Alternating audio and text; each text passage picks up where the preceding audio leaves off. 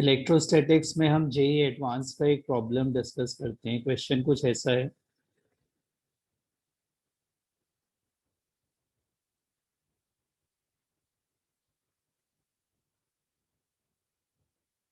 Find electric field intensity at point P.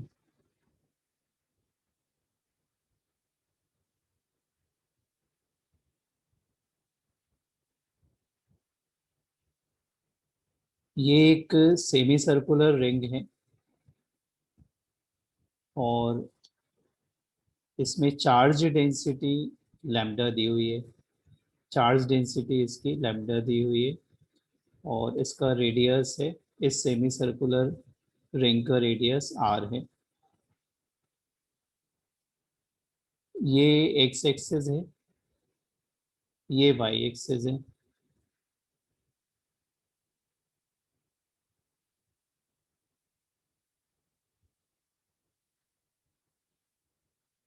हमको यहाँ से इस पॉइंट से जो जेड एक्सिस जाएगी, जेड एक्सिस के किसी पॉइंट पर इस हाफ रिंग की वजह से इलेक्ट्रिक फील्ड कैलकुलेट करनी है। तो जेड एक्सिस को हम यहाँ पर शो कर दे रहे हैं। तो ये हमारी तरफ आएगी एक्चुअल में, इस यहाँ से जेड एक्सिस। तो ये मैंने जेड एक्सिस शो करा, इसका एक पॉइंट पी ले लिया और ये 0,0,z इस पॉइंट पर इस हाफ रिंग की वजह से इलेक्ट्रिक फील्ड इंटेंसिटी कैलकुलेट करेंगे। तो ये हमारा सिचुएशन है, ये हमारा प्रॉब्लम है।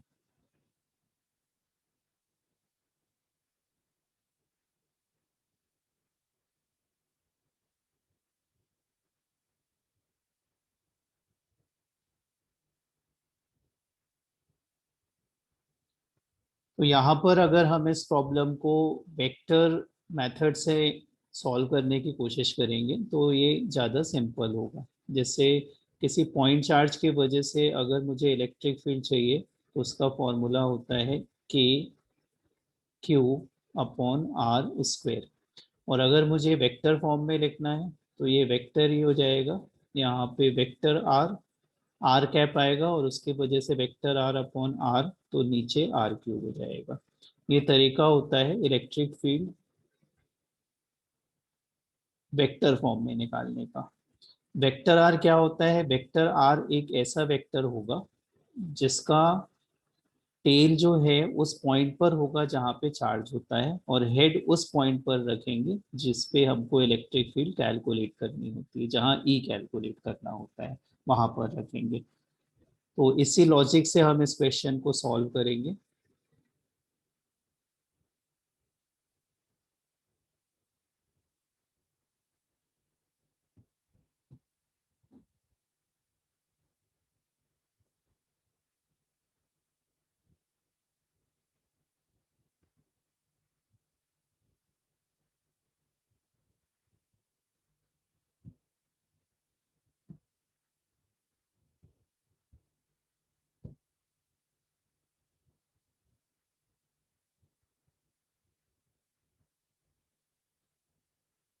तो हमने देखो यहाँ पर एक स्मॉल एलिमेंट कंसीडर कर लिया हाफ रिंग में, जिसपे स्मॉल चार्ज होंगे डी क्यू। अब डी क्यू कैसे निकाल सकते हैं? डी क्यू हो जाएगा चार्ज डेंसिटी इंटू लेंथ। इसका लेंथ कैसे निकलेगा? देखो ये आर का लेंथ निकालने के लिए हमने इसके दोनों एंड को सेंटर से ज्वाइन कर दिया। ये कुछ स्मॉल एंगल बना रहे होंगे जिसको डी थीटा ले लिया। जहाँ पर एलिमेंट लिया है इसकी पोजीशन को हमने थीटा एंगल से रिप्रेजेंट कर दिया। तो ये लैम्डा इंटू डी एल, और आर्क लेंथ को हम लिख सकते हैं यहाँ पे आर इंटू डी थीटा। तो ये स्मॉल एलिमेंट हो गया। इस डी क्यू की वजह से हम पी पॉइंट पर इलेक्ट्रिक फील्ड लिखना चाहते हैं। तो उसके लिए हमें वेक्टर फॉर्म में चाहिए रिजल्ट्स, और जहाँ पर वेक्टर आर की ज़रूरत पड़ेगी। और वेक्टर आर के लिए अभी बताया था मैंने, टेल कहाँ पे होगा? जहाँ पे चार्ज है। और हेड कहाँ पर होगा? जहाँ पे इलेक्ट्रिक फील्ड कैलकुलेट करना है। तो जिस पॉइंट पर इलेक्ट्रिक फील्ड कैलकुलेट करना है उसके कोऑर्डिनेट्स तो हमें पता है, 0,0,z। ये डी क्यू के कोऑर्डिनेट हम यहाँ पर निकाल सकते हैं। डी क्यू जो है ये देखो एक्स वाई प्लेन पर रखा हुआ है, तो जेड कोऑर्डिनेट तो 0 होगा। एक्स और वाई कोऑर्डिनेट निकालना बहुत आसान है। देखो ये डिस्टेंस आर है, तो ये परपेंडिकुलर ड्रॉ कर दिया, तो एक्स कोऑर्डिनेट दिखने लगा यहाँ पे। एक्स कोऑर्डिनेट इसका हो जाएगा r cos theta, y coordinate क्या हो जाएगा आर साइन थीटा, और जेड कोऑर्डिनेट कितना हो जाएगा, जीरो हो जाएगा। तो ये हमें कोऑर्डिनेट मिल गए। तो अब देखो ध्यान से, मैं यहाँ पर आर वेक्टर लिख सकता हूँ। आर वेक्टर क्या होगा, दोनों के एक्स एक्स कोऑर्डिनेट का डिफरेंस, वाई वाई कोऑर्डिनेट का डिफरेंस और जेड जेड कोऑर्डिनेट का डिफरेंस। तो मैं यहाँ आर वेक्टर लिख सकता हूँ। जी, एक्स कोऑर्डिनेट देखो पी पॉइंट का जीरो है, और डी क्यू का x coordinate r cos theta है, तो zero minus r cos theta यहाँ आ जाएगा minus r cos theta i cap. फिर zero minus r sine theta, तो माइनस आर साइन थीटा और जे कैप आ जाएगा, और z माइनस जीरो तो plus z into k cap आ जाएगा। इसका मॉडुलस भी हम निकाल लेते हैं, इसकी ज़रूरत पड़ेगी। तो जब हम इसका मॉडुलस निकालेंगे, तो i के कोफिशिएंट और j के कोफिशिएंट को स्क्वायर करके ऐड करोगे तो फाइनली आर स्क्वायर ही मिलेगा, और यहाँ के कैप के साथ z है, तो ये z स्क्वायर हो जाएगा। This is the value of r। बस हो गया अब हमारा काम, मेन यहाँ पर इतना ही था।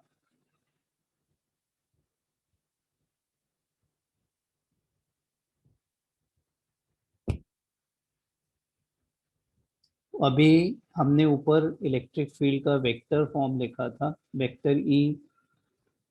यहाँ पे स्मॉल एलिमेंट की वजह से निकाल रहे हैं, इसलिए इसको डीई लिख दिया। डीई इज इक्वल टू क्या फॉर्मूला लिखा था, कि जो चार्ज है हमारा डी क्यू है, नीचे चाहिए मुझे आर क्यूब, और यहाँ पर लिखेंगे वेक्टर आर। दोनों ही निकाल लिया हमने, वेक्टर आर भी और आर क्यूब भी। तो देखो स्मॉल जो इलेक्ट्रिक फील्ड है डीई, इसको लिख सकते हो आप, के डी क्यू की वैल्यू भी लिखी थी हमने ऊपर, lambda into r d theta, और वेक्टर आर भी लिखा हुआ है ऊपर, ये है minus r cos theta i cap minus r sine theta j cap plus z into k cap. ये है वेक्टर आर, और नीचे आर क्यूब है। आर कितना निकाला था हमने, आर अभी ऊपर लिखा हुआ था मॉडुलस ऑफ वेक्टर आर, ये आया था r square plus z square, root में था, तो इसकी पावर आ जाएगी 3/2 हो जाएगी। हमें तो नेट इलेक्ट्रिक फील्ड चाहिए, तो जो नेट इलेक्ट्रिक फील्ड होगी, ये सारे डीई का इंटीग्रेशन होगी, तो इंटीग्रेशन ऑफ डीई। जब डीई को इंटीग्रेट करेंगे तो कांस्टेंट बाहर कर लो पहले से, k r lambda upon r square plus z square to the power 3/2, और इंटीग्रेशन होगा minus r cos theta i cap minus r sine theta j cap plus z into k cap, और साथ में आएगा डी थीटा। यहाँ limits देखो कैसे लेंगे, जो हमारा रिंग है वो हाफ रिंग है, तो लिमिट क्या लेंगे, जीरो से लेकर पाई तक। बस इसे सॉल्व कर देना है, हमारा फाइनल आंसर आ जाएगा। सॉल्व करके भी मैं दिखा दे रहा हूँ इसको। आएगा ये k lambda r upon r square plus z square to the power 3/2। एक एक पार्ट का हम इंटीग्रेशन कर रहे हैं। तो देखो जो पहला पार्ट है इसमें कॉस थीटा है, माइनस आर तो बाहर हो जाएगा, इंटीग्रेशन कॉस थीटा का करना है। तो कॉस थीटा का इंटीग्रेशन होगा साइन थीटा, और लिमिट रखोगे जब पाई और जीरो, तो साइन पाई भी जीरो होता है, साइन जीरो भी जीरो होता है, तो इस तरीके से पूरा जीरो हो जाएगा आई कैप माइनस आर। फिर नेक्स्ट टर्म में साइन थीटा का इंटीग्रेशन, साइन थीटा का इंटीग्रेशन माइनस कॉस थीटा हो जाएगा, माइनस और माइनस बाहर है तो प्लस हो जाएगा। अब कॉस थीटा में लिमिट रखना है पाई से जीरो, तो cos pi minus cos zero -2 आ जाएगा, तो ये फिर से माइनस आ जाएगा, तो मैंने यहाँ पे 2 लिख दिया और जे कैप लिख दिया, प्लस इस टर्म में आएगा z इंटू डी थीटा।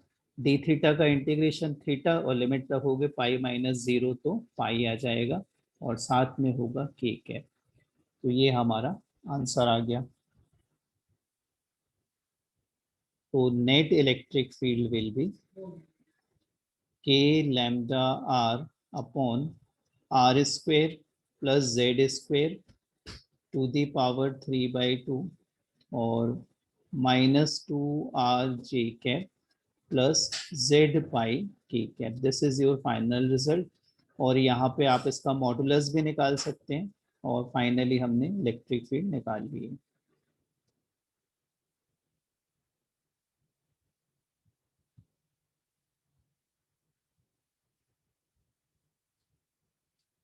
तो ये क्वेश्चन डिस्कस किया हमने. एक और सॉल्व करते हैं, थोड़ा एडवांस प्रॉब्लम है ये भी.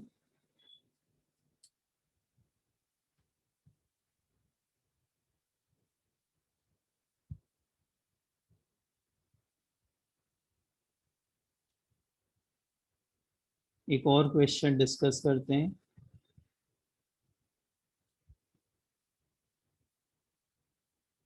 एक हमारे पास एक रिंग है.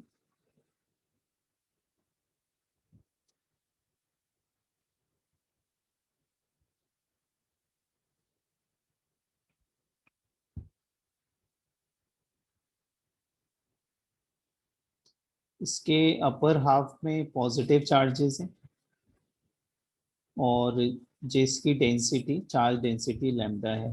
लोअर हाफ में नेगेटिव चार्जेस हैं और इनकी चार्ज डेंसिटी माइनस लैम्डा है. इसका रेडियस, रिंग का रेडियस r दिया हुआ है. क्वेश्चन है फाइंड